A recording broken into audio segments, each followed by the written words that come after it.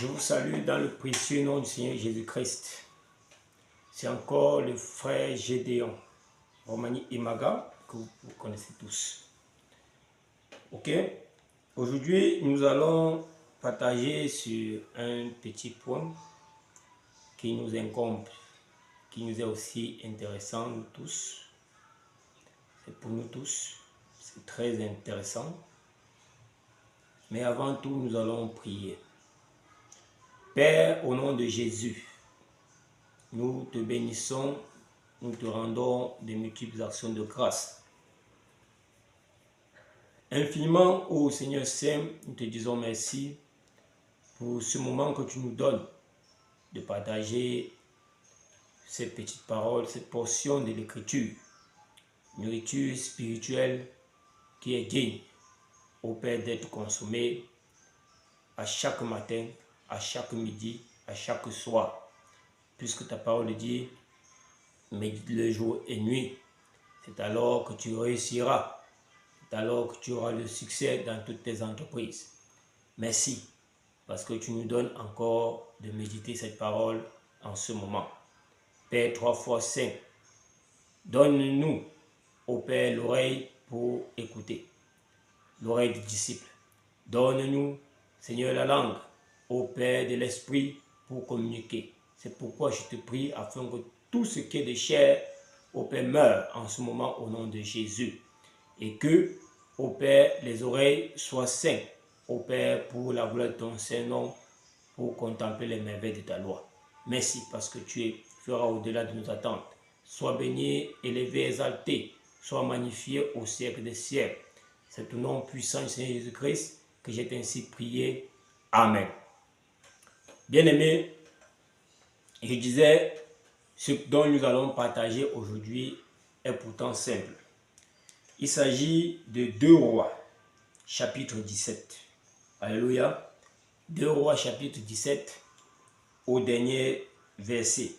Il dit, ces nations craignent l'Éternel. Ces nations craignaient l'Éternel et servaient leurs images. Et leurs enfants et les enfants de leurs enfants font jusqu'à ce jour ce que leurs pères ont fait. Écoutons bien, je relis encore. 2 Rois chapitre 17, verset 41. Ces nations craignaient l'Éternel et servaient leurs images. Et leurs enfants et les enfants de leurs enfants font jusqu'à ce jour ce que leurs pères ont fait. Amen. Maintenant, je veux que nous comprenions, que nous partageons ce verset qui tout à l'heure, quand j'étais en train de méditer, cela m'a été donné. Et j'ai donc décidé de faire la vidéo pour que nous puissions tous entrer dans ce petit comble. Cela est capital pour notre salut. Bien-aimés, frères et sœurs, il nous est dit ici, dans 2 Rois chapitre 17, verset 41, comment les pères ont péché et les enfants continuent à pécher de la même manière. Les enfants des enfants continuent à pécher. Et il dit que jusqu'à ce jour, au jour d'aujourd'hui, les enfants continuent à faire ce que leurs pères ont fait. Il s'agit de quoi? Il s'agit d'un peuple qui ont été amenés sur une terre qui n'était pas les leurs, et on les a enseignés à adorer le Dieu de cette terre. Maintenant, lorsqu'ils sont arrivés, ils ont reconnu la main puissante de ce grand Dieu. Et au lieu de craindre le juste et véritable Dieu, parce qu'un homme normal doit savoir que le véritable Dieu, c'est le Tout-Puissant. Il n'y a pas de semblant à faire dans ça. Donc si aujourd'hui tu sais que l'Éternel est le Dieu Tout-Puissant, il n'y a aucune raison que tu sois encore en train de tâtonner.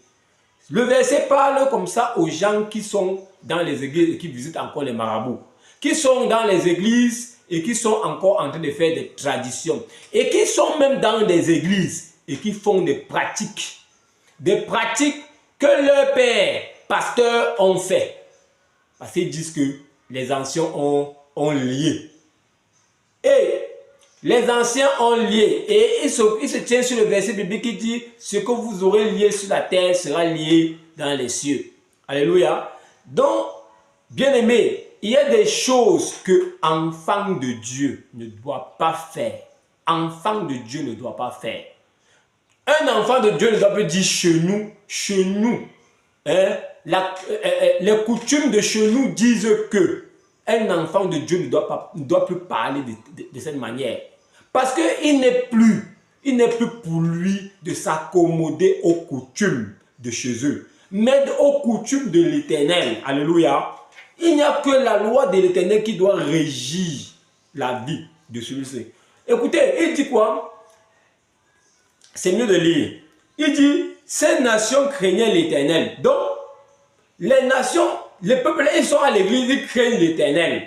Alléluia. Je vais ramener ça un peu derrière. Donc, pour ne pas parler des arrière-fils, des arrière-petits-enfants. Les nations craignaient l'Éternel, d'abord. Et ils servaient encore leurs images. Est-ce que vous comprenez ce que l'Éternel nous fait comprendre ici? C'est-à-dire qu'on est à l'église parce qu'on craint Dieu. Mais entre-temps, quand on sort de l'église, on commence encore à servir les dieux de nos villages. On continue à servir les dieux de nos ancêtres. Alléluia. Si les ancêtres ne sont pas les apôtres, alors ces ancêtres-là ne sont pas à vénérer comme certains le font. On est à l'église, il dit bien. Ils craignaient l'Éternel et ils servaient encore aussi les images. Et c'est ce que même les enfants font jusqu'à aujourd'hui. Donc, si toi tu es à l'église, tu dis que tu es né de nouveau et tu continues encore à faire de telles choses, abomination, tu n'as jamais connu Jésus-Christ. Tu n'as jamais connu la nouvelle naissance. Toi qui as encore le langage, chez nous, on fait comme ça.